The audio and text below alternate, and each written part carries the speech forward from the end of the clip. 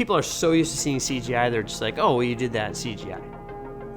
And like, if you're not there to say, no, that was a miniature, and they just saw it on YouTube or whatever, they just like, oh, that looks cool. That was a cool computer model.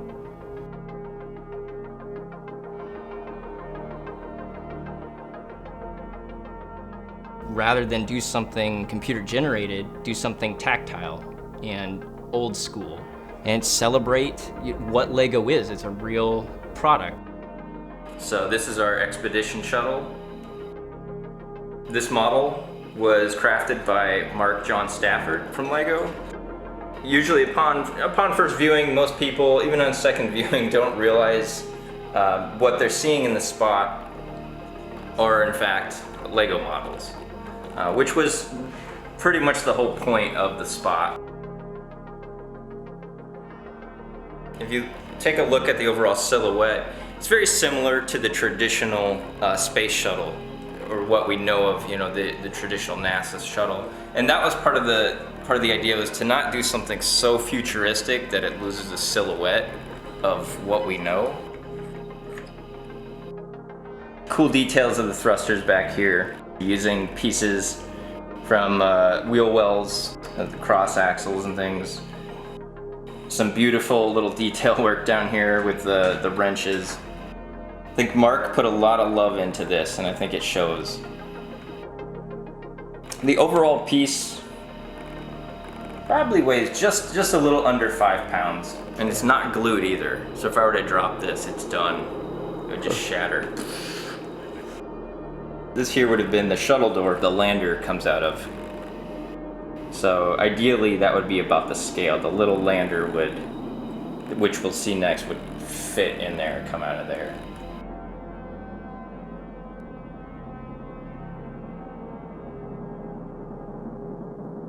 It's a challenge because you don't see a lot of practical effects being done these days. That was one of the restraints I made sure to put onto the project itself. Everything has to be built from Lego. If it's going to be a special effect, it has to be shot for real. So now we're going to take a look at the moon lander. I would say this model weighs about 7-8 pounds.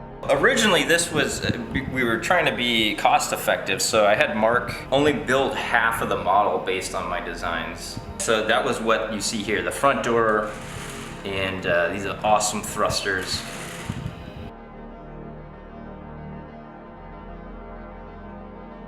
While shooting, we were like, you know what? It's probably gonna be better if we just do a 360. So at that time, I went ahead and I just built the back side of this so we would have a full 360 model.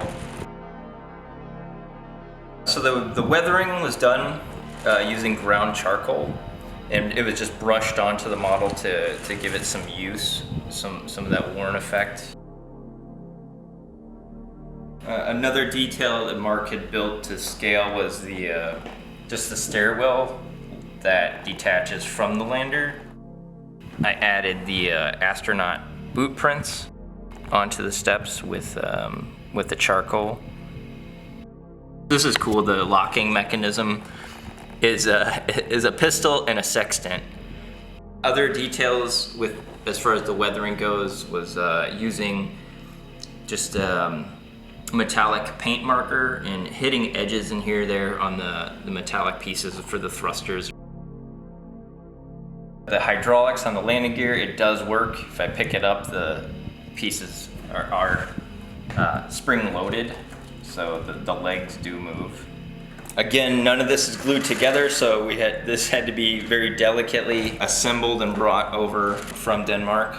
When somebody injects the word miniatures, there is a level of excitement. There's also a level of disbelief, like, oh, you're not going to be able to do that. When someone, especially someone from the company that had seen the spot, when they didn't realize what they were actually looking at, that was a pretty cool moment to say, no, you're seeing your product front and center. It's being shown and showcased in every shot from frame one.